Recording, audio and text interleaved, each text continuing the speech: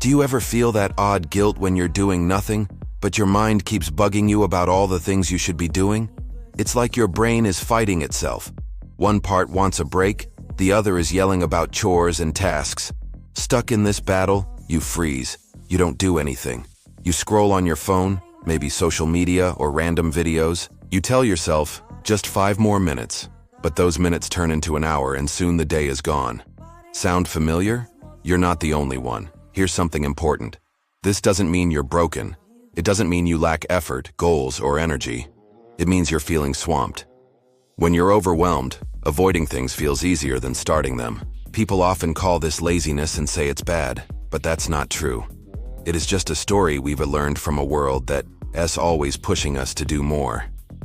The Stoics, wise thinkers from long ago, saw it differently. Marcus Aurelius, a famous Stoic, said, "You don't love yourself enough or you'd love who you are and what you need." Being idle isn't who you are. It's your mind and body saying, hey, something's off. It's like a warning sign. If you ignore it, the feeling gets stronger, showing up as putting things off, feeling tired, or even stress in your body. Carl Jung, a smart psychologist who studied how our minds work, said that when we push away parts of ourselves, they don't go away. They hide and quietly affect what we do. So when you call yourself lazy or get mad at yourself for not doing enough, you make things worse. You become your own enemy, building walls that keep you from your goals. That's not how you win. It's how you stay stuck. The truth is, this isn't about being lazy. It's about losing connection to what matters to you. You have energy, ideas, and dreams, but without a clear path or a reason that feels important, your brain just shuts off, like a phone on low battery. This isn't you fighting your duties.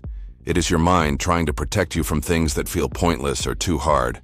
Your brain avoids tasks it doesn't understand, and your body follows by feeling slow or distracted. Seneca, another Stoic, said, "If you try to be everywhere, you end up nowhere."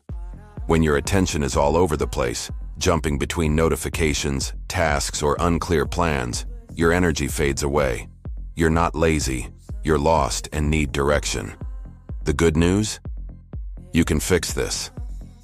Let's stop using hurtful labels like lazy. Instead, see this as a sign that you need to reset, make your goals clear, and focus your energy.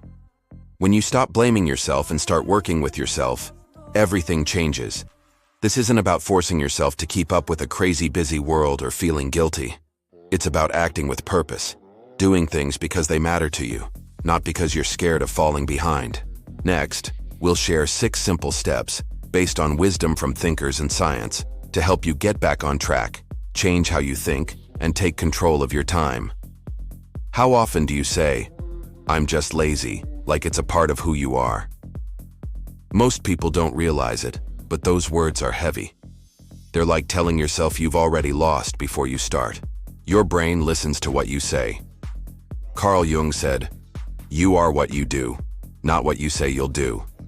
I'd add, you also become what you keep telling yourself.